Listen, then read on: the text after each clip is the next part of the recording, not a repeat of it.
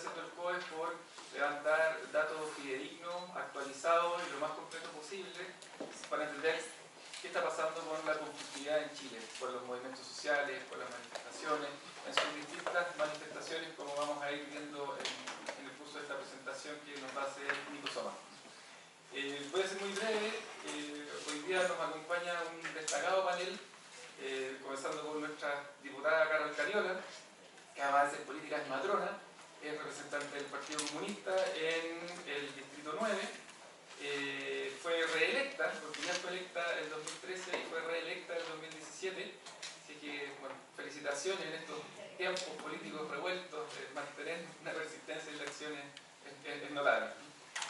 Además fue presidente de la Federación de Estudiantes de la Universidad de Concepción y en 2011 fue secretaria general de la Juventudes Comunistas. Así que muchas gracias, Carol, por tu valioso tiempo acá. Se tiene que ir temprano, Carol, así que si quieres puedes hablar después de Nico, que va a presentar el informe del observatorio. Y muchas gracias de antemano, no va a alcanzar este primer después, así que muy agradecido. Nos acompaña también Gonzalo Müller, que es director del Centro de Opinión Pública de la Universidad del Desarrollo y académico de la Facultad de Gobierno de la misma universidad. Es licenciado en Derecho de la Universidad Católica de Chile y es magíster en Políticas Públicas de la Fundación Internacional para Iberoamérica de Administración y Políticas Públicas de España. Además es panelista del programa Estado Nacional de TVN y de Conexión de Tele 13 Radio. Fue jefe de asesores en el Ministerio de Secretaría General de Gobierno, el primer gobierno de Sebastián Piñera, y sus temas de interés académico y también de actividad profesional se relacionan con comportamiento electoral, opinión pública, políticas públicas y sistema electoral. Así que me imagino que van a tener mucho paño que cortar con los datos del observatorio, así que tendremos una primera intuición de tus opiniones y impresiones acerca de los datos, pero además te dejamos súper invitado a después usar la base, compartirla con tus alumnos y motivar distintas investigaciones. Y un poco la idea de difundir estos datos es que se sume a nosotros, porque nosotros hacemos el trabajo de levantar los datos, pero no damos abasto para analizar efectivamente toda la riqueza del potencial de análisis que tiene en multiplicarismo. Y finalmente también nos va a acompañar Constanza Santamaría, que no ha llegado porque hay una confusión de lugar, pero viene en camino, así que esperemos que llegue al final. Que es periodista y presentadora de televisión, principal figura del noticiero de Canal 13, Tele 13. También estudió periodismo en la Universidad Católica de Chile, fue la mejor alumna de su promoción y obtuvo la beca Fulbright para estudiar magíster en periodismo en la Universidad de Columbia. Trabajó como productora y reportera en CNN en español y también ha realizado labores docentes en el magíster de Dirección y Edición Periodística en la Facultad de Comunicaciones de la Pontificia Universidad Católica de Chile. Así que esperando que llegue pronto, la presentamos de antemano. Y last but not least, nuestra decana de la Facultad de Periodismo y Comunicaciones, Magdalena Brown, que también es un máster en Medio de Comunicaciones del London School of Economics, es periodista y además socióloga, lo cual le da un background privilegiado para analizar y comentar de los datos que estamos trabajando, que tienen mucho que ver con social movements, y además con política y opinión. No es azar que esté aquí, es un poco azar, pero un azar afortunado.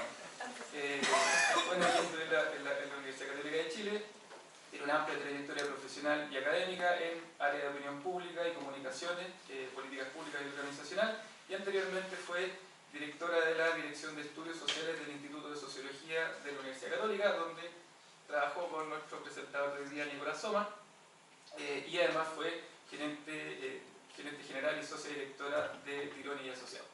Y ahora los dejo con Nicolás Soma, distinguido investigador COES, doctorado en ciencia política y que trabaja en sociología, pero trabaja mucho en ciencia política y Nico Soma está trabajando en el observatorio, es parte de la directiva del Observatorio de Conflicto y además tiene una larga trayectoria en el análisis de movimientos de protesta con un Fondesit en el cual pasamos gran parte del trabajo del observatorio y otros datos más que Nico se los puede presentar. Muchas gracias y los dejo con ellos. Bueno, gracias Matías, gracias a los dos destacadas panelistas y a todas ustedes. Lo que voy a hacer es presentar algunos resultados puntuales de este observatorio de conflictos, informe 2018 del COES, que va a estar disponible según informa Tomás Campos, secretario ejecutivo del observatorio. Hoy a partir de las 2 de la tarde en la página web del COES, www.coes.cl. Así que la idea de esto es nada más mostrarles un poco qué es lo que hicimos y despertar la motivación para que lo lean, lo difundan y lo compartan.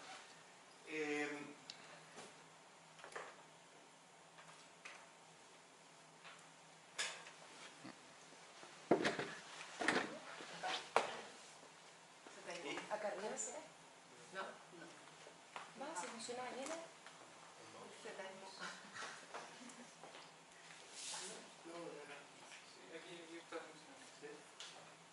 Pero debería estar funcionando el presente. No, pero está bien, está bien. Sí. Bueno, el objetivo del Observatorio de Conflictos es estudiar de modo sistemático las acciones contenciosas en Chile o protestas colectivas. ¿En qué estamos pensando? En acciones en que dos o más personas expresan alguna insatisfacción, alguna demanda a autoridades públicas o a empresas privadas o actores de la sociedad civil, utilizando lo que se conoce en la literatura como tácticas de protesta, o sea, por vías no institucionalizadas. Y el observatorio se suma a una tradición, o sea, más bien a una acumulación bastante reciente de estudios de este estilo en Chile. Hasta donde yo sé, recién en los últimos 6 u 8 años empezaron a aparecer estudios del estilo. Y lo que vamos a presentar ahora son los datos correspondientes al periodo 2012-2017. ¿no?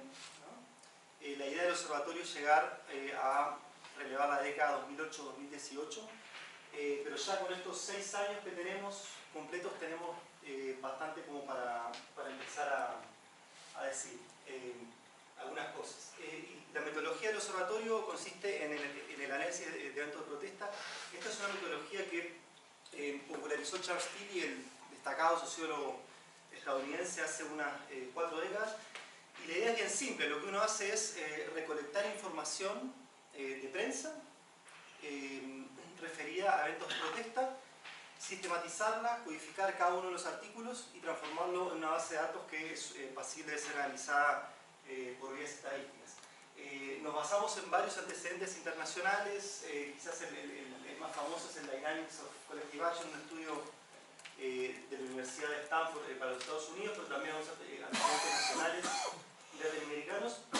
Y la principal gracia de este observatorio es que relevamos una cantidad bien importante de medios de prensa, tanto radial como escrita.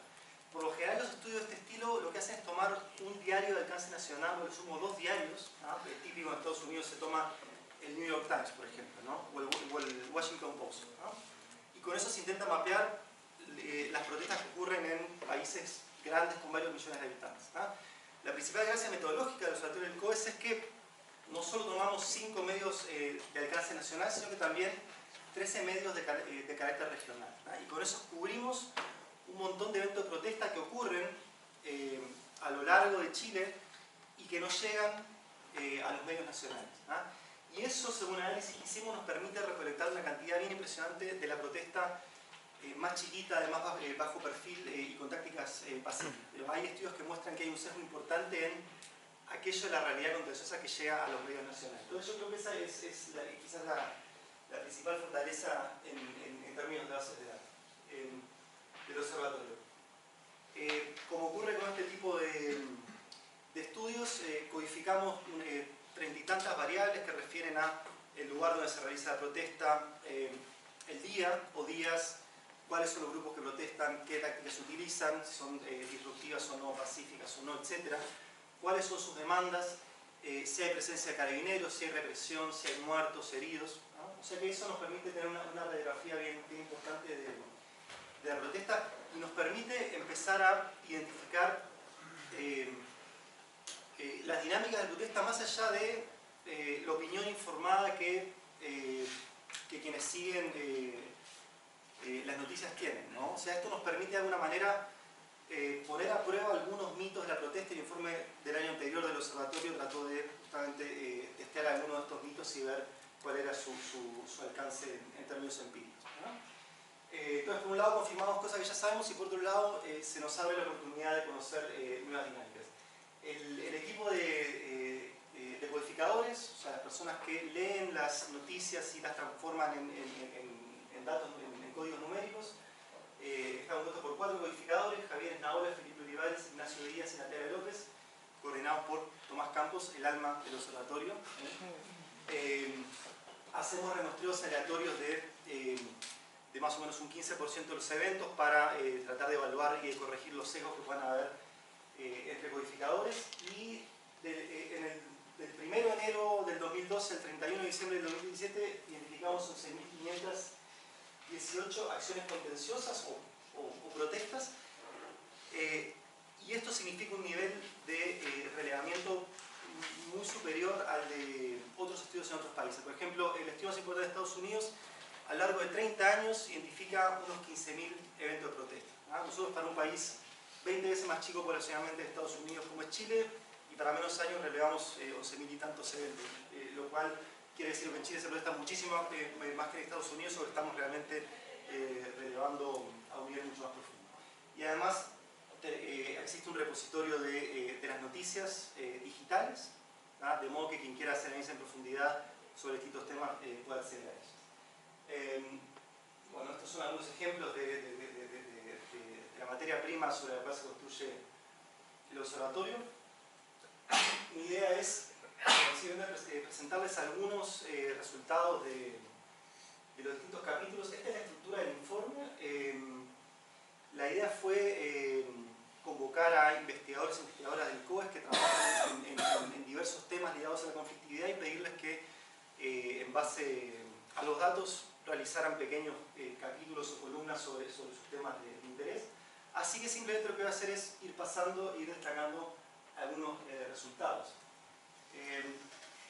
El primer capítulo, titulado Rasgos estructurantes de la actividad contenciosa en Chile 2012-2017, realizado por Matías Garretón, Alfredo Yoñán, Tomás Campos y yo, lo que trata de hacer es de mapear la protesta de manera general a lo largo del tiempo y del territorio. Esto es una primera distribución de las protestas en función de las grandes áreas de conflictividad. Las protestas laborales abarcan más o menos un 30 a un 45% del total de las protestas, lo cual es bien interesante, ¿no? En tiempos que se habla del fin de la clase trabajadora. Sin embargo, una cantidad importante de las protestas son de índole laboral. Y también ocupan un lugar relevante las protestas por el bienestar, que es una gran categoría que engloba cosas como protestas por transporte, salud, vivienda, las protestas educativas, protestas por razones políticas, protestas de índole territorial y protestas de pueblos originarios. Todas ellas son categorías importantes, pero también tenemos una categoría de otros que reúne a una bolsa de gato muy heterogénea, y tenemos alrededor de 90 demandas específicas. Entonces, este ejercicio lo que trata de hacer es de meter todas unas pocas categorías como para hacer posible el análisis. Y lo que muestra la columna del medio, la de tendencia, es si existe una tendencia al aumento o a la disminución de la cantidad de eventos en cada una de esas categorías a lo largo del tiempo, ¿no?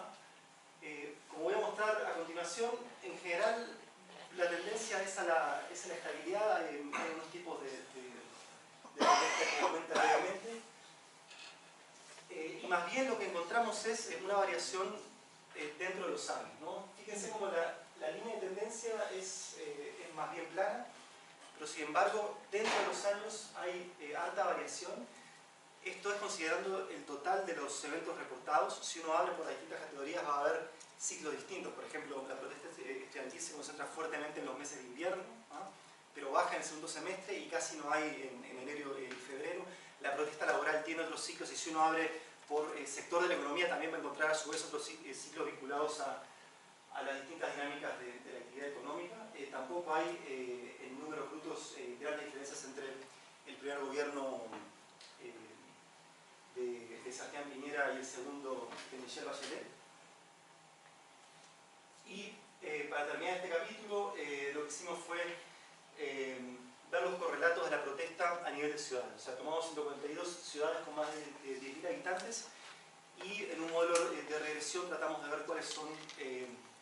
determinantes o los correlatos de las protestas, y encontramos varias cosas que están bastante a tono con lo que sugiere la literatura internacional y las teorías sobre movimientos sociales, ¿no? Por ejemplo, en día laboral es más probable que haya protestas en los meses conflictivos, o sea, en los meses en que se registra un mayor nivel de protesta, por definición hay más protestas. En las ciudades más grandes hay más protesta, en las ciudades más desiguales, ¿no?, hay más protesta, lo cual es interesante porque durante mucho tiempo las variables estructurales de tipo económico y desigualdad fueron dejadas de lado por la literatura. Sin embargo, acá vemos que hay una correlación positiva. Todo esto es controlando por el resto de las variables. Hay más protesta cuando hay más segregación residencial, cuando hay más ingresos, cuando hay más pobreza, etc. Este es simplemente un primer análisis muy bruto de lo que se puede hacer, ¿no? Después tenemos el artículo de Rodrigo Medel que se llama Los conflictos laborales en Chile, apuntes generales para contextualizar su estudio. Rodrigo es un integrante del COES y el Observatorio de Huelgas Laborales, y lo primero que él hace es mostrar un poco lo que decía antes, que es la importancia cuantitativa de las protestas vinculadas a demandas laborales a lo largo del tiempo, ¿no? Fíjense que entre un 23 y un 45% con variaciones a lo largo del tiempo de la protesta en Chile es de tipo laboral, o sea, con reivindicaciones laborales. ¿Y cuáles son las demandas detrás de esas protestas? Por lo general son demandas salariales, ¿no? Salarios, bonos, deudas de remuneraciones y cosas por el estilo, que es la barra roja, y el resto de las demandas están distribuidas entre distintas categorías, pero con un peso muy pequeño de las demandas vinculadas a derechos colectivos y negociación colectiva, ¿no? O sea, parecía que la protesta laboral en Chile es básicamente por salarios, ¿no? Y no hay grandes variaciones en esto, salvo 2016 y 2017, donde aparece el tema de la reforma previsional, o sea, todo esto movido por no más FP, y entonces las demandas de ese estilo pasan a tener una participación más importante en el total. Otra cosa que investiga Rodrigo es en qué medida en los eventos con protesta laboral hay otros grupos además de trabajadores, ¿no? O sea, en cualquier protesta puede ocurrir que sea un solo grupo que participa o que más bien son varios grupos, ¿no?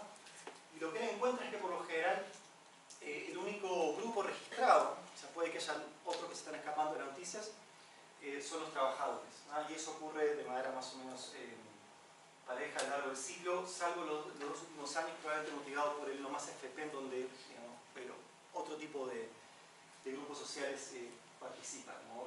Parece ser más bien una condición multigrupo, ¿no? Esto es un patrón bastante característico de las protestas en general en Chile, y también lo tratamos con otro tipo de grupos y demandas.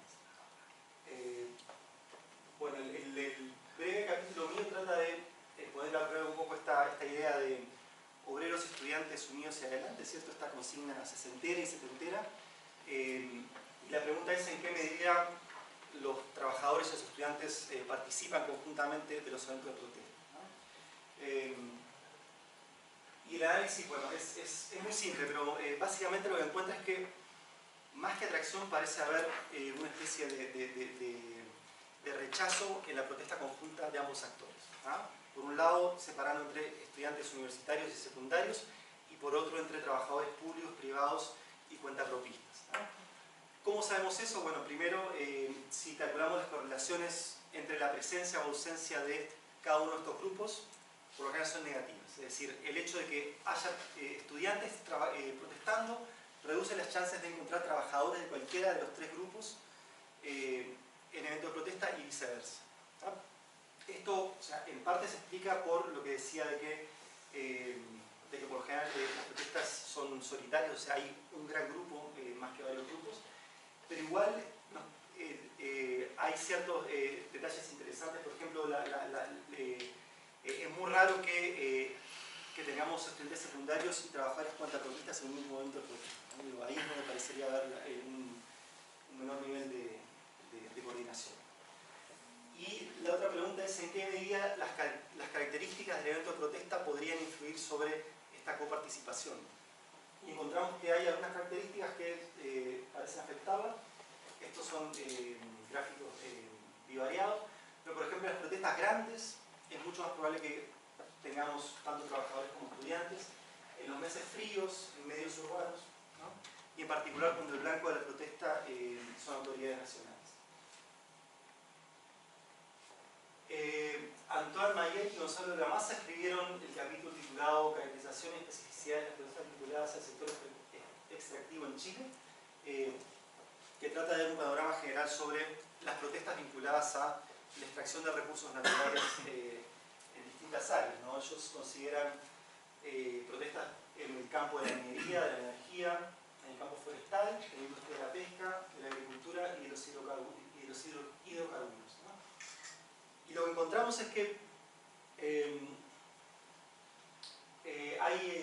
la mayor parte de estos conflictos son conflictos vinculados a la industria minera, y hay una disminución a lo largo del tiempo.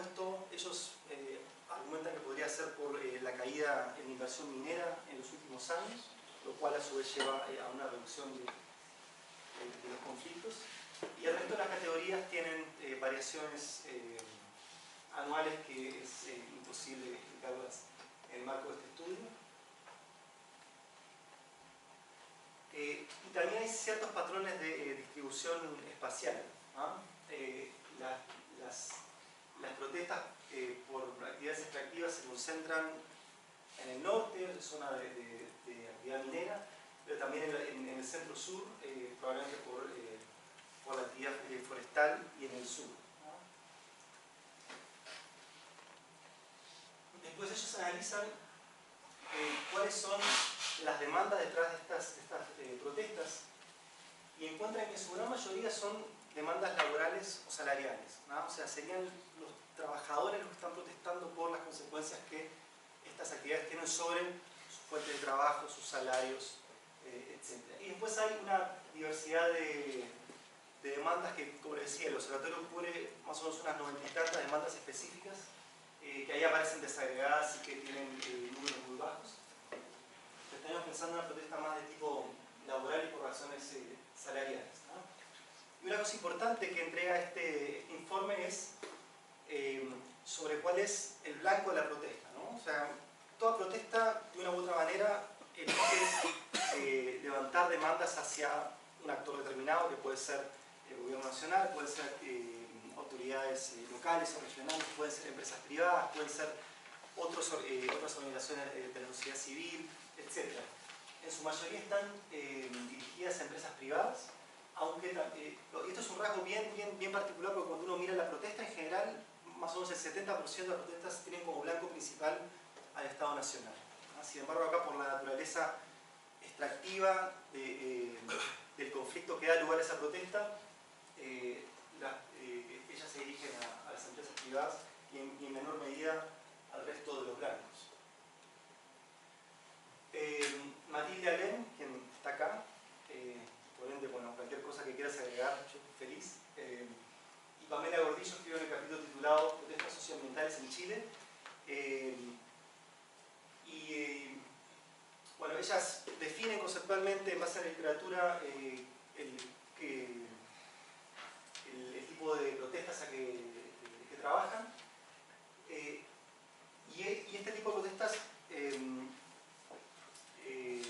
analizan varias demandas. Ahí aparece una distribución de ellas: demandas por desarrollo local, por infraestructura urbana, por contaminación en la zona, proyectos energéticos, etc., ¿no? Hay una gran variedad de demandas que impulsan las protestas socioambientales en Chile. Ahora, lo interesante es que el actor principal de esas demandas no son los trabajadores, como en el caso del capítulo de la Maza y Mayet, sino que son los residentes locales, ¿no? O sea, ustedes dirán, bueno, ¿por qué esta diferencia si más o menos estamos en el mismo universo de protestas? Bueno, según la definición conceptual y operativa que se hace a partir de la base de datos, podemos estar identificando protestas bien distintas, ¿no? Entonces, las protestas socioambientales parecerían estar más que nada lideradas por pobladores, residentes, o sea, gente que se organiza localmente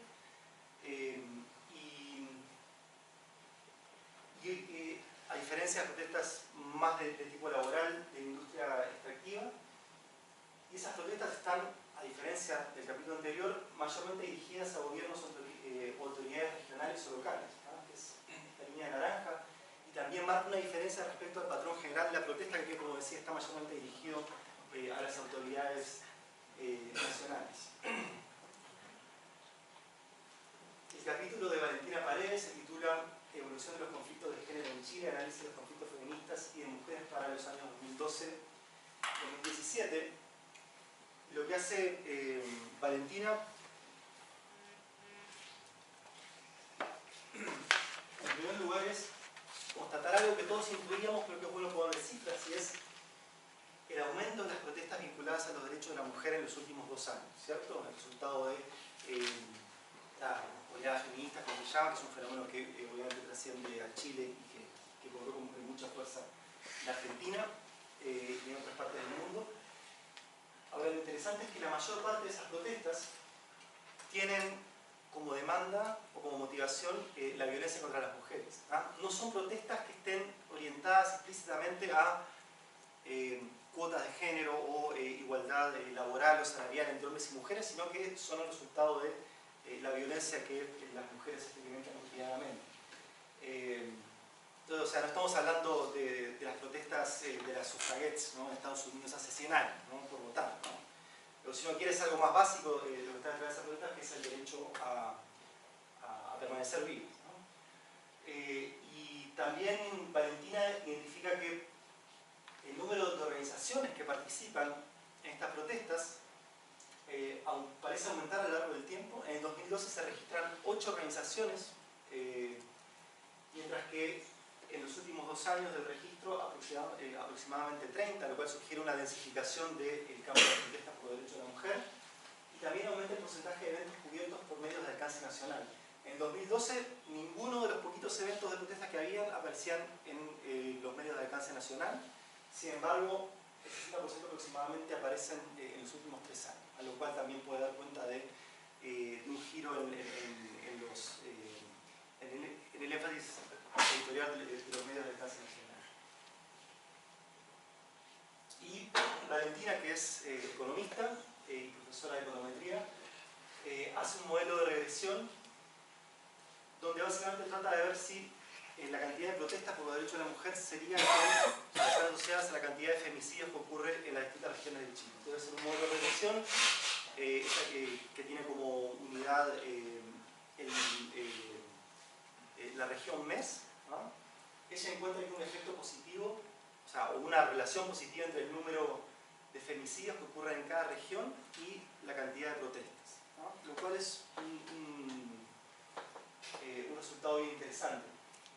Y lo segundo que explora es si en los 2 últimos años, a raíz de la oleada feminista, hay una mayor capacidad reactiva de los femicidios, ¿no?, que podrían trasladarse en un mayor número de protestas, ¿no? Para eso hacen interacciones, ¿no?, pero lo que encuentra es que no ocurre esa mayor reactividad, ¿no? Y finalmente, el artículo de Carolina Aguilera se llama Los conflictos en torno al pasado dictatorial en los medios de prensa, conmemoraciones, disputando memorias oficiales y nuevos actores, y trata de identificar en qué medida en la protesta actual en Chile aparecen los conflictos vinculados al pasado dictatorial, ¿no?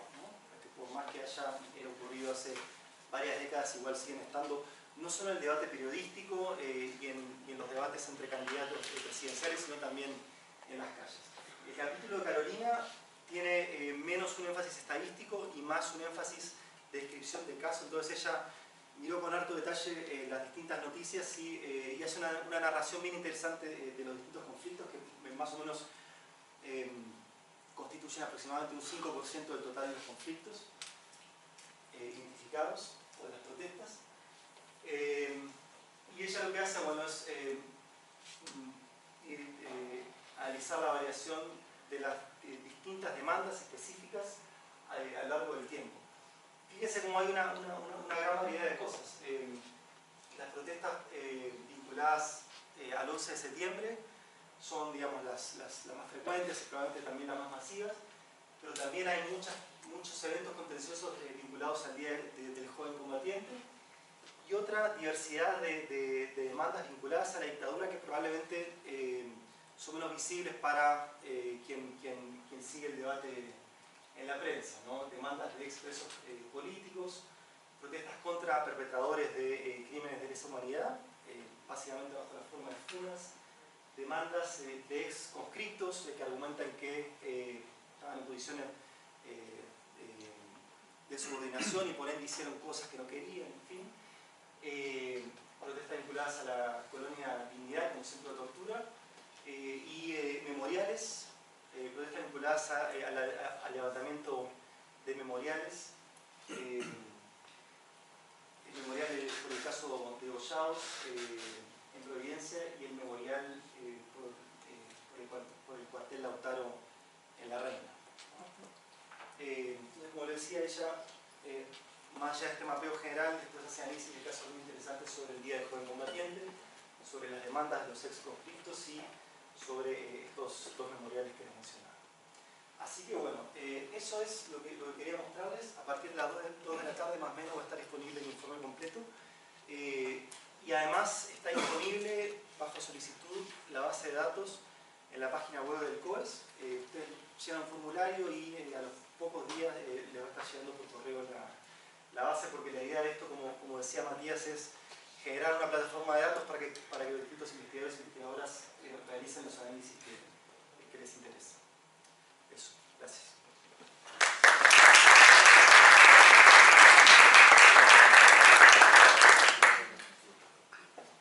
Si quieren, podemos pasar adelante a nuestros panelistas y empezar a hacer los comentarios. Creo que Carol, tú quieres empezar porque tienes que entrar. Así que por favor, si quieres, como prefieras, si quieres acá parada o lo siento, como te quieras.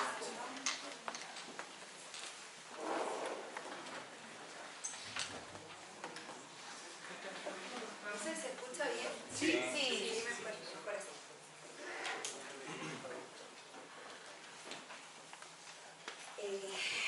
Me va a tocar partir. Primero, bueno, dar las gracias a todos y a todas por estar hoy acá. Agradecer al COES por la invitación. Realmente fue una invitación muy interesante. Tal como lo decía al principio, estoy bastante apretada de tiempo, lamento mucho no poder escuchar probablemente la totalidad de las exposiciones de los demás comentaristas. Me interesaba mucho poder tener otras percepciones, probablemente la lectura que haga Gonzalo y la que pueda hacer yo también desde espacios políticos tan distintos va a ser bien diferente. Tuve la oportunidad de leer el informe antes, lo pudimos conocer. Así que eso también nos entregó otras perspectivas. Yo la verdad es que creo que primero quiero saludar el que se haga este informe. Creo que tiene un valor muy importante porque claro, hay cosas que uno puede deducir. Yo provengo del movimiento social y por tanto hay varios de los elementos que dice el informe que para mí son súper lógicos, como que digo, bueno, esto es así, es evidente, pero hay un dato que a mí me sorprendió y que creo que es bien interesante analizar a propósito además desde la posición política desde la que yo me paro, ¿no? Yo soy diputada del Partido Comunista, para quienes no lo sepan, provengo del movimiento estudiantil, fui parte de la lucha estudiantil durante muchísimos años, fui dirigente de la Federación de Estudiantes de la Universidad de Concepción y evidentemente lo que uno piensa cuando está mirando este tipo de datos es que, y hay una reflexión ahí en el informe que hace referencia a que lo que uno primero pretendería, o sea, podría pensar es que las principales protestas en Chile están vinculadas a los estudiantes, ¿no? Que los conflictos están vinculados a los estudiantes, pues son los conflictos más visibles. Y ahí hay un elemento que a mí me parece que es bien interesante de analizar, que tiene que ver con los medios de comunicación, a propósito de cómo cubren los conflictos, porque efectivamente, y aquí el dato concreto es que no es así, que no son los estudiantes los que desarrollan la mayor cantidad de conflictos a lo largo al menos desde el 2012 hasta el 2017. Porque claro, si hubiésemos puesto la comparación con el año 2011, probablemente esa situación se hubiese desbalanceado completamente, porque el año 2011 fue un año particular. Yo entiendo que al menos el informe dice que están haciendo un esfuerzo por tratar de incorporar un estudio más exhaustivo y claramente el 2011 desbalancearía completamente o podría desbalancear el recuento total. Sin embargo, me parece muy interesante el dato, y lo vuelvo al punto, digamos, de que los principales conflictos estén en el ámbito laboral. Y digo la cobertura de los medios de comunicación, y hacía esa referencia, porque al menos a mí me ha tocado ver muchas veces, digamos, que en la región metropolitana, donde se registran bien pocos conflictos laborales en relación al resto de las regiones, y ahí hay un elemento también que me parece bien importante de analizar, creo que también tiene que ver con cuánto los medios de comunicación están dispuestos a cubrir efectivamente el conflicto laboral. Yo creo que ahí hay una mella importante, a propósito de que se basa el estudio, digamos, en el análisis de los medios de comunicación. O sea, a mí me ha tocado estar varias veces en huelgas locales, huelgas que se hacen, qué sé yo, en la empresa X, en el territorio de Huachuraba, por ejemplo, que no tienen cobertura mediática, pero por ninguna parte. Y más allá de que las redes sociales y otros mecanismos. Entonces, lo comento porque creo que quizás sería interesante ampliar ese análisis, al menos en la región metropolitana. En las regiones es distinto, porque hay muchos más medios locales que son independientes, porque el monopolio de los medios de comunicación está principalmente concentrado en la región metropolitana, que es donde se concentra la mayor cantidad de habitantes. Y ahí uno ve una diferencia más o menos clara respecto al resto de las regiones en relación a cómo se refleja el conflicto. Y creo que efectivamente hay un sesgo que pueda estar dado, digamos, por ese punto. Eso como un primer comentario, digamos, a la metodología, que creo que es un elemento que puede ser bien valioso para poder tomarlo de fondo. Ahora, sí me gustaría ir a un análisis un poco, no sé si voy a profundizarlo tanto, pero sí mayor, que a mí me parece bien interesante también, cómo este informe y todo lo que refleja respecto de cada uno de los conflictos, que aquí el informe los llama interacciones contenciosas. Me gustó eso, me pareció interesante el concepto. El informe también da cuenta de que en nuestro país, a lo largo de todo el país, digamos, incluida las regiones, y eso me parece bien interesante, la descentralización que se provoca desde el punto de vista del conflicto y cómo las regiones también evidencian el abandono que tenemos a propósito de la centralización extrema que tenemos, que ya es estructural. Pero además de eso, cómo hay una situación en conflicto que tiene que ver con la estructura del modelo neoliberal. Y a mí me pareció muy interesante el que hayan puesto en evidencia a propósito de los conflictos laborales la contradicción capital-trabajo. O sea, yo lo comparto plenamente. Lo que no comparto de la afirmación es que esto no implique que estamos ante una resurrección de la clase obrera. Yo creo que al menos nosotros como Partido Comunista sí hemos trabajado sobre la tesis política de que la clase trabajadora o la clase obrera, llamada clase obrera en su minuto, hoy día clase trabajadora, que responde a la misma lógica de explotadores y explotados finalmente, que da cuenta del reflejo de un sistema capitalista, de un modelo neoliberal donde estas dispersiones son absolutamente agudas. O sea, yo creo que la estructura de la protesta y las razones de la protesta que tienen que ver con salarios que están enfocadas principalmente al modelo extractivista, que está principalmente enfocado también hacia el sistema privado. O sea, finalmente yo creo que eso da cuenta y te da un reflejo de cómo esta contradicción hoy día se expresa de manera concreta en los trabajadores y trabajadoras y que efectivamente pone a los trabajadores como un sujeto de cambio social que es muy relevante. Porque uno de los principales problemas del modelo de desarrollo hoy día, a mi parecer, tiene que ver precisamente con el exceso de desarrollo que tiene el modelo extractivista en nuestro país y que cómo estamos capturados de la lógica de ese modelo desde la implementación del modelo neoliberal en Chile y sus respectivas expresiones, desde el mundo del trabajo, desde el mundo de... y esta expresión, esta contradicción capital-trabajo que a mí me parece que es muy evidente desde el análisis político, ¿no? Pero hoy día incluso el análisis que ustedes han hecho lo refiere. Entonces, creo que efectivamente esto es una expresión más de que el modelo neoliberal se pone en contradicción desde distintos ámbitos, sus distintas expresiones, tanto en el plano laboral como también en el plano medioambiental, que creo que las expresiones medioambientalistas principalmente enfocadas a que los espacios, al desarrollo urbano, al desarrollo de los espacios, finalmente, y a los desarrollos energéticos, también tiene que ver con las políticas que se implementan donde no hay participación ciudadana, por ejemplo. O sea, muchas veces gran parte de los conflictos que tienen que ver con el medio ambiente, se hacía referencia a los más conocidos, ¿no? Patagonia sin represa, lo que pasó en Alto Maipo, o sea, el Alto Maipo, por fin. O sea, hay varios proyectos que han tenido que ver precisamente con situaciones que tienen que ver, que impactan directamente en el medio ambiente, que tienen que ver con proyectos de infraestructura, que tienen que ver con proyectos energéticos muchas veces, pero que a la comunidad sencillamente se les deja partir, que se prioriza o se privilegia el interés empresarial, el interés general, digamos, en términos de que esto va a beneficiar a la comunidad en general, pero sin, supuestamente, digamos, lo digo en el entre comillas, sin considerar la particularidad del efecto que va a tener en esa localidad.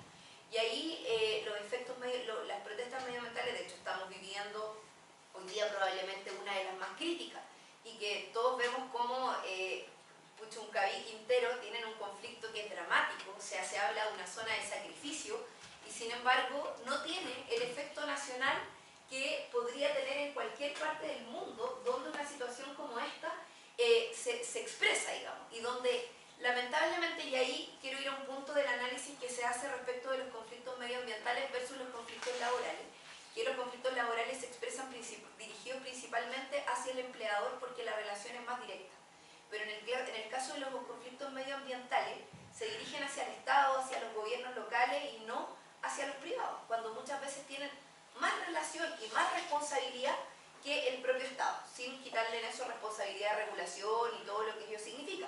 Pero todos hemos visto cuáles han sido los efectos, por ejemplo, el conflicto Quintero-Puchuncaví, donde la empresa estatal es la que tiene toda la responsabilidad y han sido principalmente empresas privadas quienes han tenido las principales situaciones de derrames y otros tipos de acciones que han llevado al conflicto. Entonces, creo que ahí también hay un elemento que es digno de analizar de la forma en que finalmente se tienden a canalizar los conflictos. Yo lamento que el conflicto laboral se canalice solo hacia el mundo privado, porque creo que efectivamente el Estado, en este caso, tiene una responsabilidad respecto de las normas y la regulación. Acá también hace referencia que el Estado, los gobiernos, en fin, tienen una responsabilidad que tienen que ver con el marco. Y esto también hace que esto se disperse un poquitito, porque la discusión política no se da hacia quienes están regulando, por decirlo de alguna manera, el ámbito laboral desde el punto de vista de los derechos más bien generales, de protección de los trabajadores, sino que se apunta directamente al ámbito reivindicativo. ¿Qué otra cosa me gustaría comentar del informe? Me llamó profundamente la atención algunos de los elementos que caracterizan al sujeto que se moviliza. Yo creo que eso es bien digno de analizar en profundidad. Y ustedes nos entregan hartas luces en relación a cuál es el sujeto que se moviliza y cuáles son las condiciones que se dan. Y ahí, bueno, el tema de las grandes ciudades, las ciudades con mayor desigualdad, los días laborales, pero también se hace referencia a algo que me parece muy importante de considerar, y es que para movilizarse y protestar es necesario disponer de recursos, es decir, no son precisamente los trabajadores más empobrecidos, los más golpeados por el modelo los que están saliendo a la calle a movilizarse, sino que son precisamente los actores que tienen más recursos, que tienen más tiempo, que tienen más conciencia y que tienen la vida más resuelta. Y ese es un elemento que también es digno de analizar porque finalmente también para mí tiene que ver con la estructura del modelo, que claramente busca la despolitización de la población, que eso le es funcional a ello, y al mismo tiempo son esos sectores más pobres, son los sectores que siguen apostando por quienes reproducen y por quienes mantienen y solventan este modelo económico. Yo también lo planteo en términos políticos, ¿no? Eso tiene un efecto, un causa-efecto respecto de aquello. Incluso es más, aquí da cuenta de que quienes más participan políticamente en términos electorales son personas que protestan menos también. O sea, los que creen que pueden resolver esto solo por la vía institucional no consideran los procesos de conflicto, la movilización social como una herramienta para la transformación, o la consideran menos. Y en eso también es un elemento que al menos a mí me llama la atención. Solo lo pongo como hace presente, digamos, lo digo desde la perspectiva nuestra, que estamos permanentemente pensando. Yo soy una convencida de que las transformaciones estructurales no se van a hacer desde, y por eso no comparto el elemento de que la clase trabajadora no es el elemento, el sujeto de transformación social. Creo que sí lo es, más todavía con la contradicción estructural y de fondo que tiene este modelo, y por lo mismo creo que esa perspectiva de transformación tiene que darse desde el desarrollo de la movilización social y tratar de entender por qué la movilización social no se expresa con la fuerza que debiese expresarse para empujar ámbitos de transformación. Al menos a mí me parece un dato relevante. Bueno, y respecto al tema de que es el último comentario que quiero hacer, que tiene que ver con la movilización, esto de estudiantes y trabajadores unidos.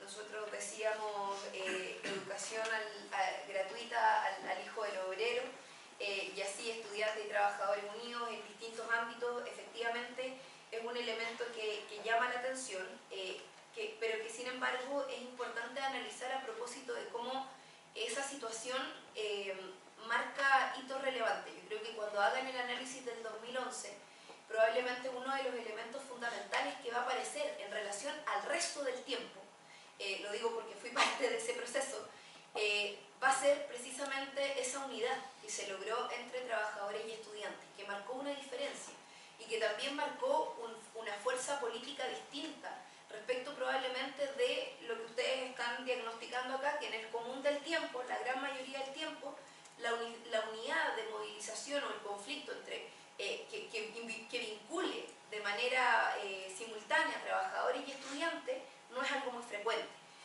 Sin embargo, el año 2011, una de las características particulares que tuvo ese proceso de movilización largo, amplio, fue que no solamente incorporó al actor estudiantil, sino que también incorporó al trabajador, a los académicos y a otros actores sociales que se hicieron parte de una demanda que logró ser transversal. Porque finalmente nosotros decíamos que, me acuerdo perfectamente parte del debate, era que el efecto de la privatización de la educación, de la mercantilización de la educación, tenía efecto directo en los trabajadores y sus bolsillos, porque finalmente era el hijo del obrero, como decía incluso la propia consigna, quien no podía ir a la universidad producto de estos sesgos de clase y los distintos mecanismos de trabas que se generaban para él. Entonces, tengo la impresión de que ese es un elemento importante, al menos que para mí explica, y con esto se reafirma, explica, ¿cierto?, que la razón de por qué el año 2011 se caracterizó como un año tan distinto respecto de la movilización social en el ámbito estudiantil. Así que lo dejo ahí también planteado para que parte de la próxima investigación que pueda hacer el COES, que involucre el año 2011 y otros años hacia atrás, también pueda hacer una mayor referencia a ese elemento que probablemente va a salir, yo creo al menos que va a ser así. Me adelanto a propósito un poco de la propia experiencia al respecto. Va a ser mucho más, mucho más conjunto, y va a dar cuenta de que hay una expresión que es distinta probablemente a los ciclos históricos, y eso también hace que el año 2011 sea un año tan distinto y que algunos incluso lo caractericen como el antes y el después de la expresión del modelo, a propósito de que generó fisuras culturales bastante importantes desde el punto de vista de la concepción del modelo neoliberal en el desarrollo de nuestra población. Bueno, eso podría yo aportar como comentarios a este documento. Creo que es un documento, insisto, muy interesante, digno de analizar. Ojalá todos los movimientos sociales, yo ya lo puse, me tomé la atribución, lo puse en manos de la presidenta de la Central Unitaria de Trabajadores, se lo compartí el día de ayer en la noche. Ella consideró bien importante varios elementos, de hecho lo estuvo mirando, estuvimos incluso compartiendo algunas ideas al respecto a propósito de lo que fue la reforma laboral, y que también está bien caracterizada y se refleja bastante bien en los gráficos, el debate que hubo, que yo creo que fue la primera expresión del conflicto laboral enfocado hacia el Estado, lo que a mí me parece muy importante, y por eso hubo un esfuerzo tan grande por bloquear ese debate, por modificarlo desde el Tribunal Constitucional. Bueno, ahí probablemente Gonzalo hará otra lectura o una lectura respecto de su posición, pero es evidente que ahí quizás hubo los primeros efectos o las primeras luces de aquello. realidad, ojalá los actores sociales también lo puedan hacer. Es un documento interesante que no solamente puede darnos un panorama, un reflejo, una foto de lo que ha ocurrido en nuestro país, sino que también perspectivas desde el punto de vista de la experiencia para poder desarrollar y pensar el futuro, que yo creo que es bien importante, y lo vuelvo a repetir, pensarlo desde el conflicto social, desde la movilización social y no solamente desde la disputa institucional. Eso, muchas gracias.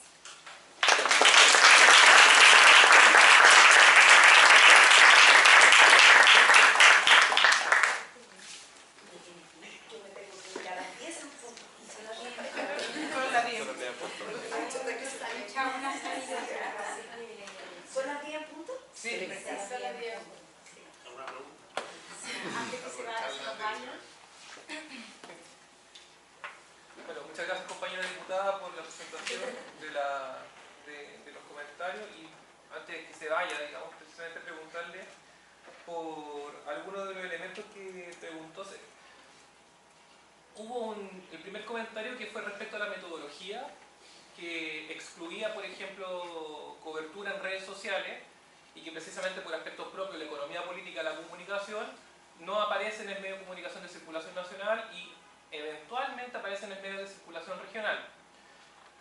Sin embargo, el tema de las redes sociales también involucra sus propias brechas. Entonces no es de común acceso para toda la población, sino que está concentrado en ciertos segmentos, ¿ya? A saber, usualmente jóvenes, de ciudades, con formación universitaria, etcétera, etcétera, etcétera, ¿ya? Y las redes entre sí también evidencian sus propias asimetrías, ¿ya? Twitter, Facebook, Instagram. Entonces, en ese sentido, ¿cómo usted, digamos, sopesaría ese conflicto, que estaría, o sea, contradicción que estaría en ese punto? Yo creo que eso de momento. ¿Y cómo responde usted, digamos, desde precisamente el PC a las críticas que se han realizado, por ejemplo, desde algunos sectores del Frente Amplio, como Izquierda Autónoma, precisamente a la centralidad de la clase trabajadora como sujeto histórico de cambio, en función de una interseccionalidad que precisamente se desarrolla en función de precisamente la crítica de género, la crítica medioambiental, postcolonial, etcétera, etcétera? Eso es. Bien, no te va a poner. Mira, bien, voy a tratar de ser lo más breve posible la respuesta. La segunda pregunta va a partir de atrás para adelante.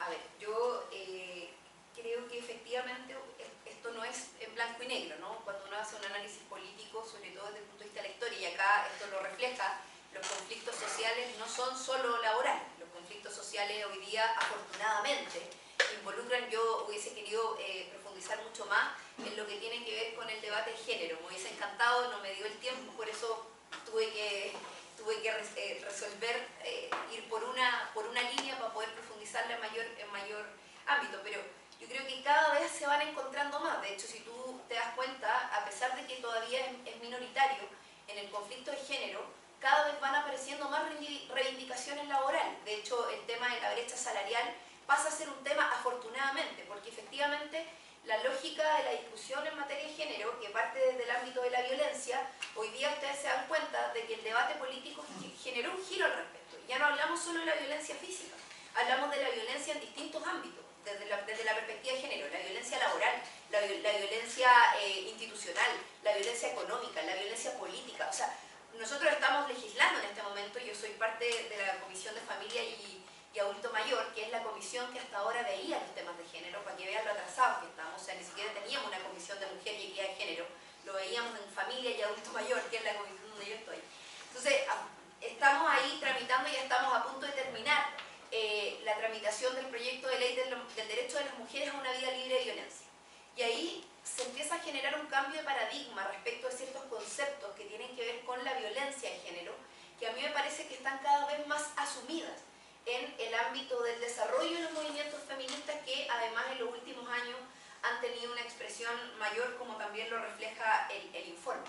Entonces, lo digo a propósito de poner ahí el foco de que yo creo que el debate y los conflictos y la contradicción que se da desde el ámbito de los trabajadores, que para mí sí es la principal, desde la lógica de la contradicción capital-trabajo, finalmente se va a ir cruzando o se va cruzando con otros ámbitos de manera, ¿cómo decirlo?, simbiótica, si lo queremos poner en el ámbito biológico, o en el desarrollo de una síntesis, que va buscando de manera progresiva, ¿cierto?, la lógica de emancipación que finalmente termina siendo de los trabajadores igual. Por eso yo decía lo del año 2011, que fue una reivindicación muy de clase, porque no solamente vinculó a los estudiantes desde el ámbito de la lógica del derecho a la educación, también vinculó a los trabajadores y sus padres respecto de la lógica de no poder entregarle una mejor perspectiva de vida en la ¿cómo decirlo?, reproducción de la pobreza para la búsqueda de mejores perspectivas y desarrollo en el ámbito educacional. Por eso creo que el 2011 genera un cambio, y nosotros dijimos incluso en su momento que la reivindicación política del año 2011 no era solamente una reivindicación social, gremial, estudiantil, sino que era una reivindicación política de fondo, tanto así que los propios estudiantes terminaron diciendo que había que cambiar la Constitución y que había que terminar con la LOCE, o sea, que venían diciéndolo incluso desde el movimiento secundario. Entonces, por eso yo no estoy de acuerdo con que es el estudiante, ni las mujeres, ni otro actor, sino que es la clase trabajadora en su conjunto que involucra y se cruza con estas otras demandas. Por eso ahí pongo ese punto. Y respecto a las redes sociales, yo creo que hay que diferenciarlas harto. Efectivamente, tengo la impresión de que los trabajadores, y particularmente los pobladores, el sujeto común y corriente, y ahí efectivamente siempre se va a generar una brecha. O sea, esto deja claro que hay un sector que está completamente excluido de todo, que no vota, que no se moviliza, que gana poco, que lo pasa pésimo y que es el reproductor de la pobreza. Entonces, ese actor no se moviliza, no reclama, sencillamente porque no tiene plata, no tiene condiciones, pero al mismo tiempo lo está pasando pésimo. Y ese es un sector al que hay que poner ojo, evidentemente, porque es el sector que no se está sintiendo parte y está teniendo una lógica de exclusión que es brutal.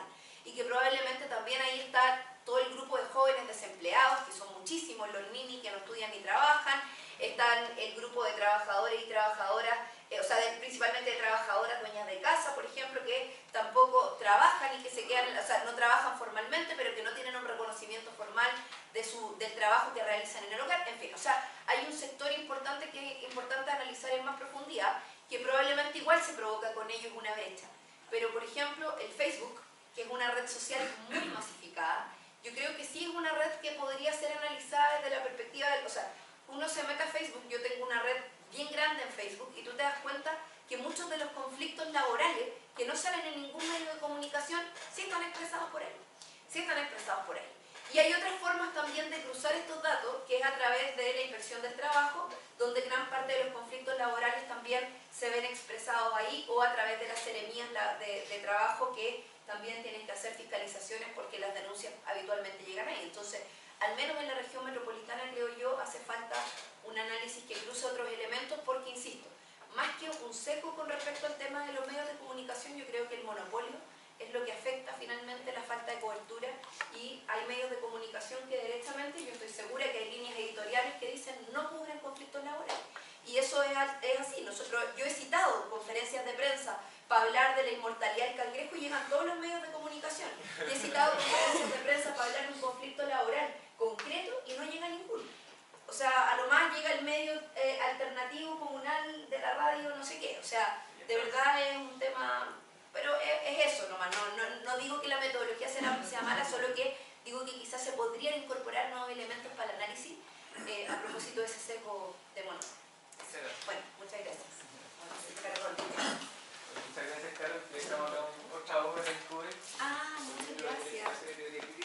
Ya, te lo agradezco mucho. Muchas gracias a usted y discúlpenme por tener que estar corriendo. Yo precisamente voy ahora a un conflicto en el MinSal.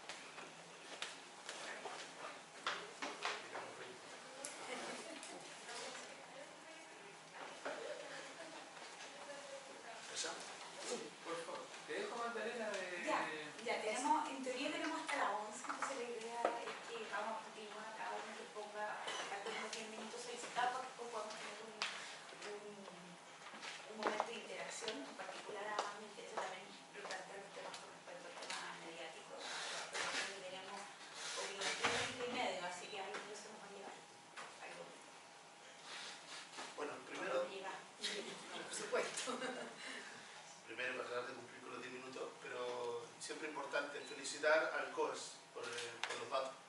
Bienvenidos los datos. Siempre es bueno trabajar sobre evidencia, es bueno trabajar sobre, no solamente sobre especulación, sino finalmente sobre datos. Y este esfuerzo, me imagino, un esfuerzo importante de estar registrando algo que suena simple, registrar las noticias, codificarlas, me imagino que requiere un esfuerzo importante. Lograr codificar bien, codificar de manera además que sea útil y finalmente le permita no solo a las personas que están realizando investigaciones directamente con el COES, sino que también a uno poder acceder a esos datos y utilizarlos. Hay una frase que a esta altura, no sé si citarla bien, dice que la realidad maestra de la política. Y quizás resume bien la importancia que tiene eso, los datos. Generalmente la política tiene que ver con la idea, y sí tiene que ver con la idea, tiene que ver con la ideología, pero siempre va a tener que ver con la realidad. Pues finalmente la única manera de entenderla o de aproximarnos a ella va a ser a través de los datos, va a ser a través de la observación, y en eso las ciencias sociales sin duda siempre van a tener un protagonismo importante. ¿Por qué digo la realidad maestra de la política? Que es una frase que se le atribuye a Perón, y digo se le atribuye no con la cita textual, porque a esta altura Perón es casi nuestro chocho latinoamericano, y se le atribuye una gran cantidad de frases que quizás el pobre Perón nunca pronunció, pero sí tiene que ver mucho con lo que estamos conversando, en términos de que es esa realidad la que finalmente le enseña la política. Es esa realidad la que le muestra la política. Es esa realidad también la que le pone los límites a la acción. Y de ahí está el valor de nuevo encontrarla a través de estos datos. Más allá de obviamente que este es un instrumento valioso, tiene la limitación de que se pone como parámetro de la conflictividad social, se pone un parámetro que es su reflejo en los medios, aceptando el supuesto de que todavía como sociedad aceptamos que los medios sean el reflejo de ese tipo de situaciones y no otros, los medios más formales. De hecho son los que aparecen acá, porque ni siquiera ya podríamos usar la palabra medios igual de la misma manera como la utilizábamos antes. Son los medios más tradicionales los que están reflejados en estos indicadores, lo que ya es valioso, asumiendo el supuesto básico de que el medio ve a través de su propio análisis la importancia de ese conflicto en términos de su propia agenda y de la cobertura que finalmente le da. Entonces decimos que hay un primer filtro que opera, que es el de los medios, y de si ese conflicto es o no es noticia. Y de acuerdo a eso nosotros podríamos a continuación ir trabajando sobre esos datos después de ese primer filtro. ¿Por qué digo que es importante entender a la realidad como maestra de la política? Porque uno podría decir, bueno, asociar conflicto social con conflictos políticos o incluso con políticos electorales. Cuando uno mira los datos, a pesar de que la primera impresión cuando uno mira el 2013, dice, claro, es un año de alta conflictividad social, está registrado como un pic en relación al año anterior, pero después mira la evolución, cae el 2014 y uno dice, bueno, se sigue sosteniendo que quizá es lo electoral, lo político electoral, algo que alienta mucho la conflictividad social, llama obviamente una gran cantidad de personas recorriendo el territorio, como quizá no lo hacen en otras oportunidades, y por lo tanto hay mayor posibilidad también de expresar estos conflictos. Pero cuando uno llega al 2016 dice, algo pasa en el 2016, porque el 2016 es el año de hecho donde se realiza un mayor registro por lejos de todos los años en términos del indicador que realiza el COES. Y el año 2016, si bien es un año electoral, es un año electoral de elecciones locales, de elecciones de alcalde. Entonces uno dice, hay algo ahí, y quizá ese año todavía no se expresó con fuerza tampoco lo que se ofrece como conclusión. O sea, hay una reconfiguración del escenario a partir de lo político electoral, es decir, del cambio binominal a un sistema más proporcional y por lo tanto mayores actores, surgimiento, y de hecho ya hay una primera aproximación a lo que termina siendo en enero de 2017 el Frente Amplio en 2016. Uno mira el triunfo, ¿no es cierto?, de Chapo en Valparaíso, tiene un poco de eso. Pero el 2016 es un año, de nuevo, de un ciclo electoral más débil y es por lejos el año donde se registran más conflictos. Y casualmente el año 2017, que es un año abiertamente electoral, equivalente, uno diría, como punto de observación al 2013, de hecho hay menos, si no me equivoco, hay menos registro de conflictos que el 2013 y muchísimo menos obviamente que el 2016. Entonces uno dice, bueno, algo que uno podría haber asumido como una base, decirle, mira, hay una relación bastante directa entre lo político aquí, por lo menos, a través de la evidencia, diría, hay algo que tenemos que explicar bien. Quizás no es tan directa esa relación. O al menos en los años que tenemos registro, no se aprecia directamente. Lo segundo, cuando uno mira el tipo de conflicto, y obviamente que lo laboral, y tiene una lógica que lo laboral obviamente esté basado en las pretensiones que son más directas para un trabajador, no sé, que tiene que ver con sus condiciones laborales y sobre todo con su remuneración. Y tiene un ciclo propio, ese ciclo también está expresado acá, sobre todo porque, y lo vinculo con el artículo que habla sobre la industria extractiva, porque no todas las negociaciones colectivas, no todos los conflictos laborales tienen acceso a los medios, porque también no todos tienen la misma importancia para el resto, para la sociedad, sino que son a veces vistos como una disputa particular entre un grupo de trabajadores y una empresa.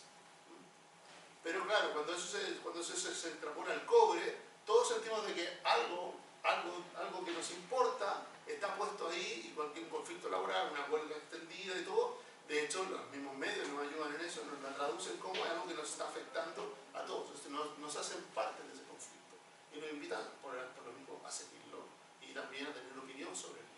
Lo que no ocurre, por ejemplo, cuando un banco, por decir algo, tiene una huelga directa, ¿no es cierto?, con sus empleados.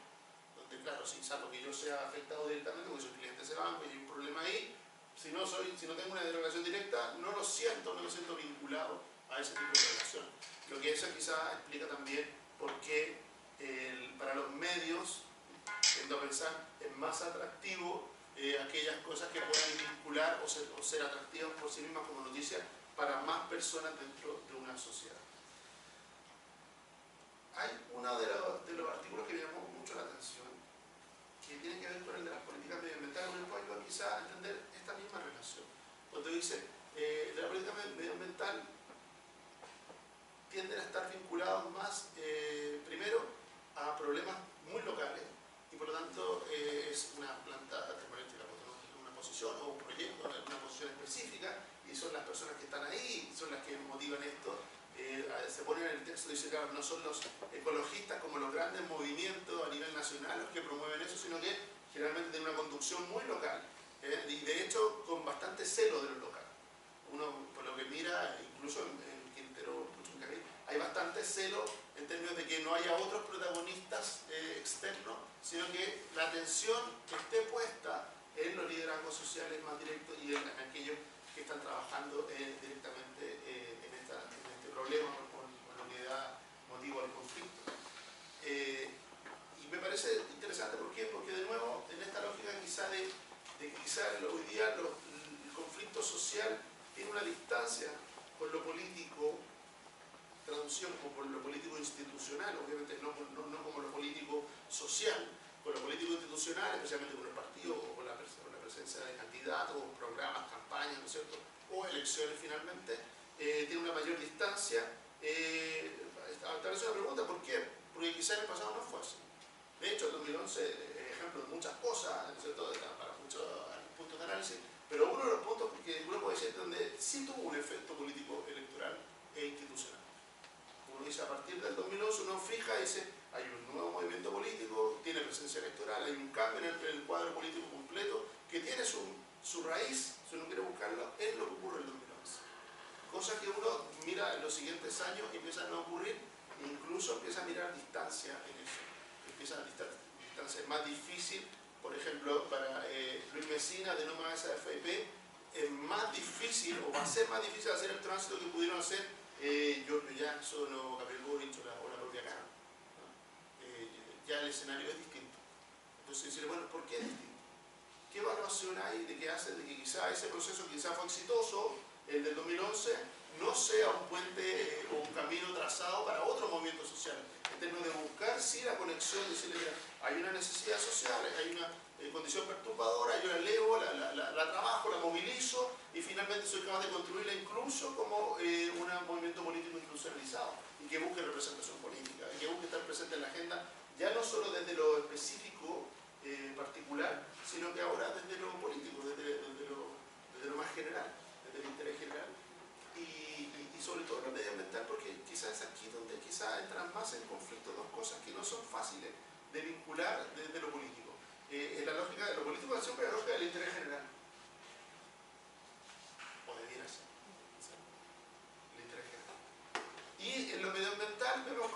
se realza el interés particular, incluso por sobre el interés general. O sea, yo tengo un conflicto que me afecta mi calidad de vida en mi comunidad, a veces en una comuna, a veces en un barrio, a veces en un sector, y es eso lo que por mí está por delante de cualquier otra consideración general. Entonces dice, bueno, ¿cómo se aproxima la política ahí? Dice, porque tiene que aceptar eso, que el interés individual, particular, está por sobre el general. O al menos tendríamos que aceptar que está en conflicto con el general.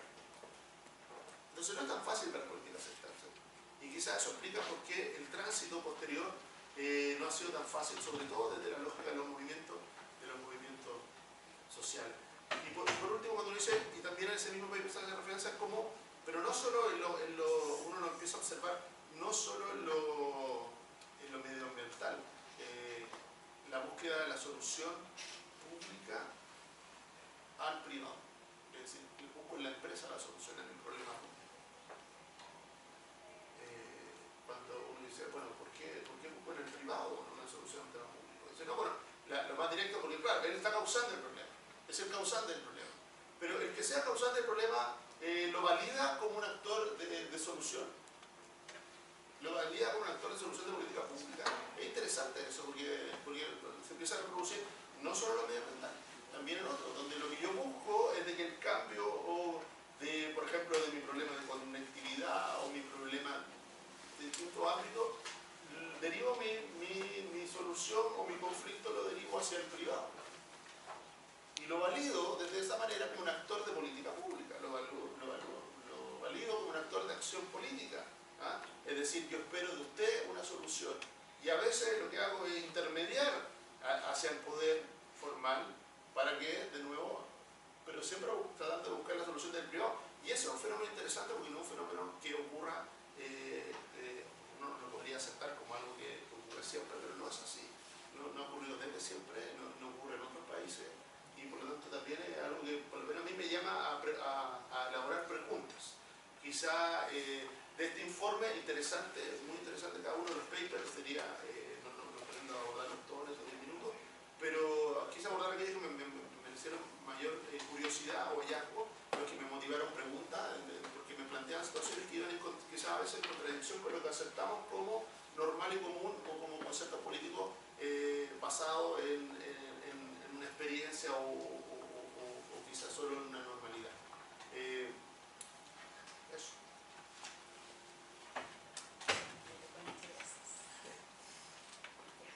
Buenos días, pido disculpas por mi atraso radical, digamos.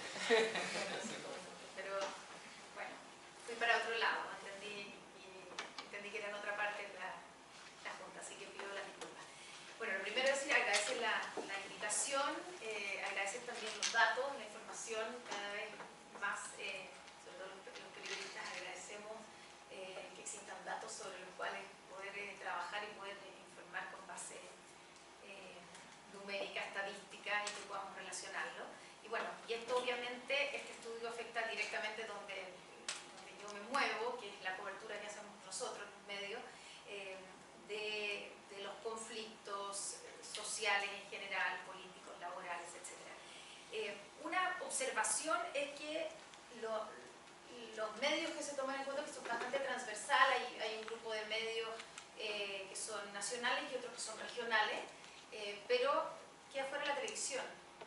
Y eso, no porque yo trabaje en televisión, que hay que hacer el disclosure, no porque me interese, digamos, que esté la televisión metida, pero cuando uno ve cómo se informa la gente hoy día, bueno, la gente se está informando por Facebook más que por otros medios, pero en términos de masividad es la televisión más que los diarios. Están las radios, está la cooperativa, está BioBio Digital, que por supuesto que tienen la radio también, es un medio cada vez más escuchado y al que además se le da mucha credibilidad, pero sigue siendo la televisión el medio masivo de información y por lo tanto ahí creo yo que falta una representación. Porque efectivamente la forma en que la televisión cubre los conflictos es diferente a la de los medios escritos. Tal vez más parecía que en la radio, pero hay una diferencia con los medios escritos, partiendo porque si los conflictos tienen imagen, van a estar en la televisión, más allá de lo relevante que sea, aunque parezca frívolo, pero por supuesto que hay ahí un primer criterio de cómo se cubren o por qué los medios cubren ciertos conflictos y no otros.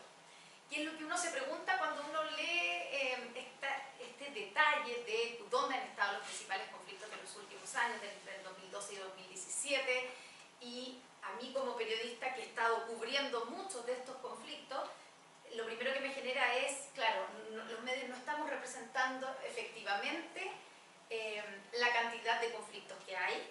Hay muchos que no existen en los medios o que están subrepresentados. Probablemente lo que se da con más evidencia son los conflictos laborales. Y ahí también, Gonzalo dijo algo importante, claro, me tengo que hacer cargo también de lo que dice la Carol, de que muchas veces hay líneas editoriales de los medios que deciden no cubrir ciertos conflictos y otros no. Y la verdad es que más que política, editorial, de no vamos a cubrir esto, no vamos a cubrir lo otro, todo es un poquito menos pensado en los medios en general, y hay menos complot detrás.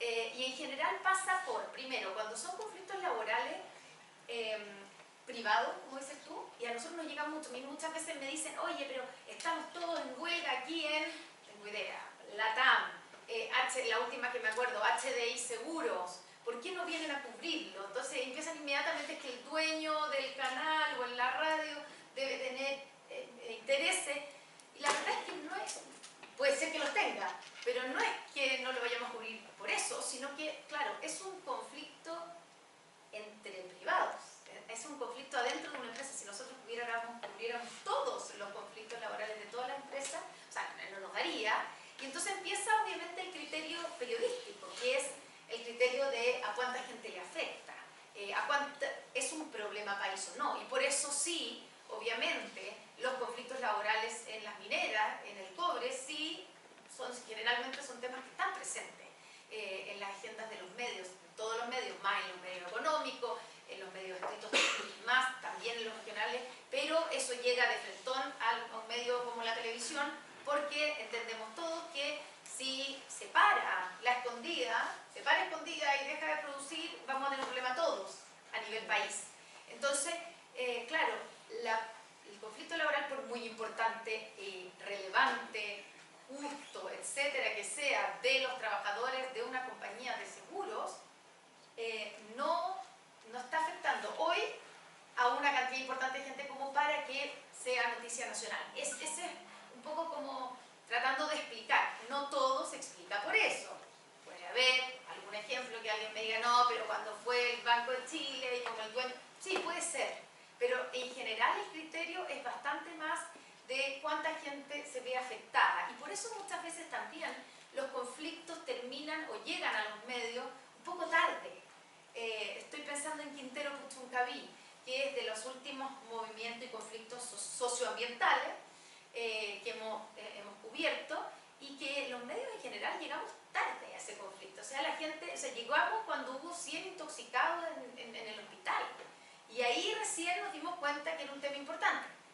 Sabíamos hace años que tenemos información de lo que está pasando en Quintero Puchuncaví, se han hecho reportajes, en el caso del medio donde yo trabajo hemos hecho, pero literalmente no prenden. Cuando uno hace 5 años no prendía, más allá de la gente de Quintero Puchuncaví, algún ecologista por ahí, algún movimiento o algún político que fuera electo por ese distrito, o algún alcalde de la zona. Pero la verdad es que recién hoy día, y ahí también hay algo de quiénes son los que están detrás de los movimientos. Cuando tú dices, y se ve aquí que en ese caso son los que ustedes llaman residentes, ¿cierto? Los vecinos, los que lanzan esto, y son realmente los que han hecho el movimiento en Quintero Puchuncaví, no son los ecologistas. O sea, en último momento, cuando ya esto explotó y cuando estaba metida la ministra y el gobierno, apareció Greenpeace hablando y dando cátedra de Quintero Puchuncaví. No habían aparecido nunca. O sea, estaban preocupados legítimamente de las ballenas, pero no de la gente que estaba intoxicada en Quintero Puchuncaví. Y eso para casi todas las ONG medioambientalistas. O sea, lo que hicieron el movimiento ahí fueron los vecinos de Quintero Puchuncaví, que están hasta aquí, de que, digamos, respirar esos gases y tener contaminación no solamente en el aire, sino que en el agua, en el suelo, y que nadie los pesque ni nadie los tome en cuenta. Y nosotros los medios llegamos tarde a eso. Y ahí es donde creo yo que esos son los conflictos donde nosotros los medios debemos poner muchísimo más ojo y ver dónde están, porque en general son regionales, pero terminan siendo una discusión, y yo creo que Quintero Puchuncaví logró ponerlo así, termina siendo una discusión de calidad de vida, de qué país queremos construir, de si es justo que una región se lleve todo el costo de que haya que tener empresas productivas, porque hay que tenerlas, o sea, no vamos a cerrar todas esas empresas, y claro, hay gente que dice que hay que cerrarla y ponerles candados, pero la verdad es que también hay que tener en cuenta lo que producen, lo que significa para el resto del país, los puestos laborales que tienen, etc. Y yo creo que la importancia de ese conflicto no es solamente lo que pasó ahí en Quintero Puchuncaví, que finalmente se está haciendo algo después de años de estar tirando la pelota para el día adelante, sino que se fue a una discusión más nacional de cómo vamos a construir este país que queremos que sea, que crezca económicamente, pero que ese crecimiento sea sustentable. Y si es posible tener esa combinación. Y eso es creo yo, es un tema mucho más, o sea, un tema país, y un tema que lo tenemos que resolver a través de las políticas públicas, que es la que debiéramos estar, digamos, los medios, los políticos, los centros de estudio involucrados, pero que surgió a raíz de un movimiento de vecinos de Quintero Puchuncaví. O sea, después de muchos años de estar golpeando las puertas. Entonces, creo yo que ahí hay una cosa interesante en términos de por qué hay ciertos conflictos que cuando se ven y se analizan los resultados del COES, de que hay muchos más conflictos laborales que son los principales, pero no son directamente proporcional a lo que se refleja en los medios, yo creo que también pasa por ahí. Quintero Puchuncaví también termina siendo un conflicto laboral, porque parte siendo medioambiental, pero termina siendo, bueno, ¿qué hacemos? Porque también ahí hay un problema con los trabajadores que trabajan ahí, con los puestos de trabajo. O sea, Quintero y Puchuncaví nació ahí también porque había una demanda en algún momento de que las industrias se fueran para allá para poder darle trabajo a la gente. Entonces termina siendo también no solamente un conflicto medioambiental. Entonces ahí, claro, tal vez la definición de lo que es un conflicto laboral tampoco, creo yo, acotada de más a lo que son hoy día los conflictos que se cruzan. No es solamente medioambiental, sino que van mutando y van agarrando diferentes ámbitos. Yo quiero igual hacer el punto que hizo la Carol del 2011. Yo sé que no entra aquí en el estudio, pero probablemente eso marca un antes y un después de cómo los medios empezamos a cubrir los conflictos sociales, las protestas, las marchas. Ese fue el año, obviamente, de los estudiantes. Yo me acuerdo de la marcha de los paraguas, que fue en agosto del 2011, donde juntaron a 100.000 personas más o menos, que ha sido la marcha más multitudinaria. Y en ese momento los medios nos dimos cuenta también ahí sobre la marcha, y digo especialmente la televisión, que hasta ese momento la cobertura era más bien policial. Era más bien, porque además eso pasaba, que los conflictos y las marchas terminaban en violencia y en desmanes, y terminaba eso tomándose la noticia por sobre lo que habían. Y eso cambió en esa marcha de los paraguas porque nos dimos cuenta, me acuerdo porque yo estaba en la calle y yo fui a cubrir esa marcha, que a mí me mandaron, éramos varios equipos, y me mandaron a hacer la parte como el costo de la gente que le botaban el kiosco, que le hacían, digamos, le destruían la tienda, en la Alameda. Y claro, yo mientras hacía eso miraba al lado y veía esta cosa que era impresionante, porque nos dejó con la boca abierta todo de la cantidad de gente que movilizaron. Y me acuerdo la discusión después, la pauta era, ¿sabes qué? Esto está bien, hay gente afectada y que la tenemos que mostrar, porque hay que mostrar ese lado, que es una realidad, y hay gente que dice, oye, ¿sabes que ya no puedo abrir mi local porque tengo marcha todos los días y estoy perdiendo plata y no tengo cómo pagarle a mis trabajadores? Es un tema. Pero aquí el tema principal es esto, es lo que esta gente quiere decir, es la movilización de toda esta gente, por qué toda esta gente está aquí. Y eso de alguna manera dio vuelta o comenzó a ser la tónica de cómo se cubren hoy día en general las marchas, los conflictos sociales, que es tratar de meternos adentro de, a veces se logra, a veces no, y cuando hay efectivamente desmanes terminan muchas veces siendo esa la principal noticia, porque de nuevo la imagen es muy fuerte, cuando se ve gente movilizando, quemando, lanzando bombas molotov, y muchas veces eso es más fuerte que las 100.000 personas movilizadas en la Alameda pidiendo educación gratuita, educación de calidad. Y ahí es la labor de los medios, obviamente, ser capaces de discriminar, decir si bien esto es violento y es importante mostrarlo, no nos perdamos que esto es lo principal. Y a veces nos perdemos, obviamente. Pero yo diría que ahí hay un antes y un después, y por eso sigue siendo muy relevante lo que ocurrió ese 2011. Y de ahí en adelante, de hecho, a nosotros se nos acusó mucho a los medios de criminalizar el movimiento estudiantil, porque cuando uno hablaba con los estudiantes, ellos querían que no mostráramos nada del otro, porque en el fondo ellos decían España. Claro, bueno, cuando no ocurra no lo mostramos, pero si ocurre hay que mostrarlo, pero obviamente tenemos que ponerlo en relación al conflicto que ustedes están poniendo sobre la mesa y reconocer eso, que obviamente era sumamente importante en su momento. Después de eso,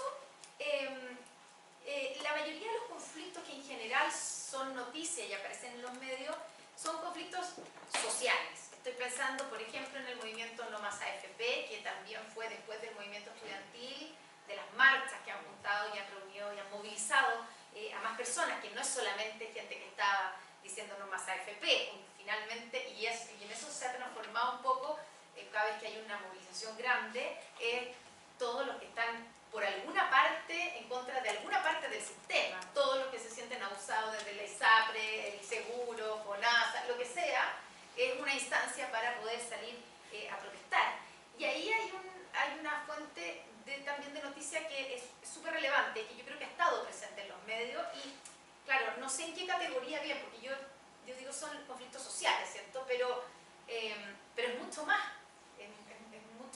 abarcan mayor cantidad de demandas. Cuando uno le pregunta a la gente que está en esos movimientos por qué viene, o sea, hay gente que está por el medio ambiente, hay gente que está en contra de la AFP, hay gente que está por el aborto. Claro, todo es social finalmente, pero son diferentes causas. Ahora, el movimiento No Más AFP yo creo que fue súper efectivo. Era un año electoral, cuando empieza un año antes, pero finalmente termina un año electoral.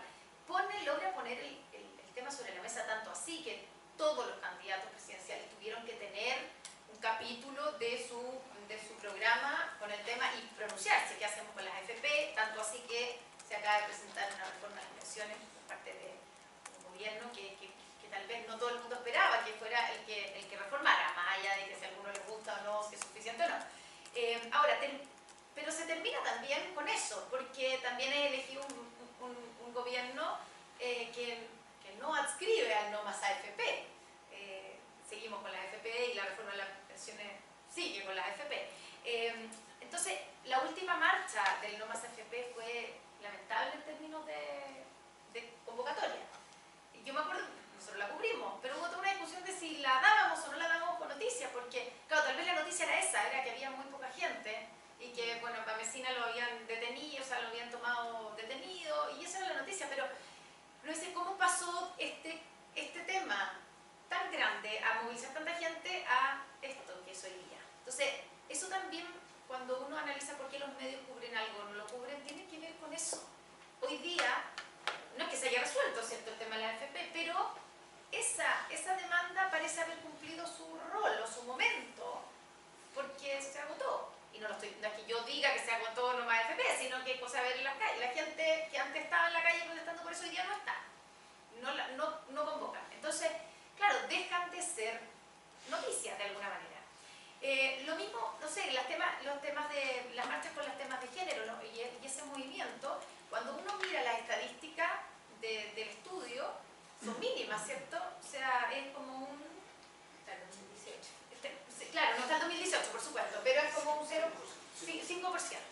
O sea, nada comparado, de nuevo, con los conflictos laborales, con los estudiantiles, pero han sido tremendamente efectivas.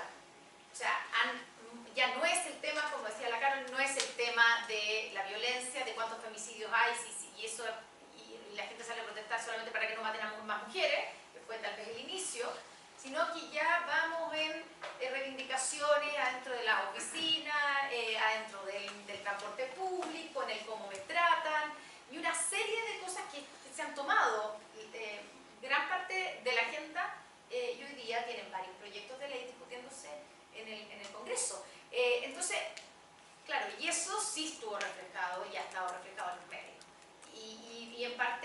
ver también porque hay un cambio social importante y porque internacionalmente ha sido un tema los últimos 2 años. Entonces, de alguna manera, en Chile lo observemos de igual manera. Bueno, solo para terminar, yo quería terminar con Quintero Puchuncaví, pero pasando por los temas, las manifestaciones clásicas, históricas que tenemos, que siguen siendo cubiertas por los medios. Estoy pensando en la televisión, sobre todo en 11 de septiembre, Día del Joven Combatiente, y son manifestaciones que hoy día, que aquí se describen en el fondo como nacionales, pero que son manifestaciones que están circunscritas realmente a barrios de la capital, no es mucho más que eso, y en Concepción, pero sur de Santiago,